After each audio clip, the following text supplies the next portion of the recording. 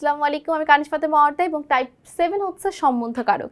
মূলত সম্বন্ধকারককে না আমার কারক মনে হয় না, কারণ সম্বন্ধকারকের ক্রিয়াপদের সাথে সম্পর্ক নেই।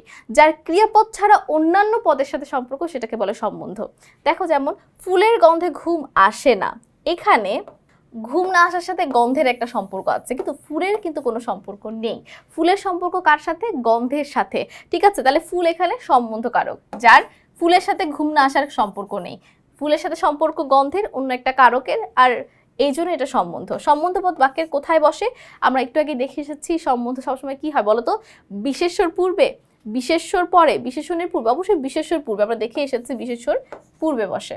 এরপর দেখো, সম্বন্ধপদ কিসের অংশ? আমরা মাত্র জেনেছি কারকের। সম্বন্ধপদ কোন বিভক্তি যুক্ত হয়? সম্বন্ধপদে বেশিরভাগ সময় তোমার ষষ্ঠী বিভক্তি যুক্ত হয়ে থাকে। সম্বন্ধপদ কোন বিভক্তি যুক্ত হয়ে থাকে? আমরা একটু আগে জেনেছি ষষ্ঠী, আর ষষ্ঠী মানে হচ্ছে র এর। ব্যাপ্তি অর্থে সম্বন্ধপদ কোনটি? ব্যাপ্তি অর্থাৎ বেশ কিছু সময়, রোজার ছুটি, এটা অনেক বড় সময়কে বোঝানো হচ্ছে। সম্বন্ধপদে কোন বিভক্তি যুক্ত হয়? আমরা জানি ষষ্ঠী বিভক্তি। উপাদান সম্বন্ধ কোনটি? উপাদান সম্বন্ধ হচ্ছে সোনার বাটি, উপাদানকে বোঝাচ্ছে। নিচের কোনটি হেতু সম্বন্ধের উদাহরণ? হেতু সম্বন্ধ হচ্ছে কি বলতো? জ্ঞানের আলোক। কোন সম্বন্ধ? জ্ঞানের আলোক হচ্ছে অভেদ সম্বন্ধ।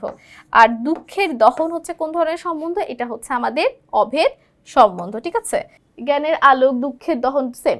সকলকে অসংখ্য ধন্যবাদ আমাদের সাথে এই পর্বটি করার জন্য। পরবর্তী পর্বে আমন্ত্রণ রইল। আসসালামু আলাইকুম, আল্লাহ হাফিজ।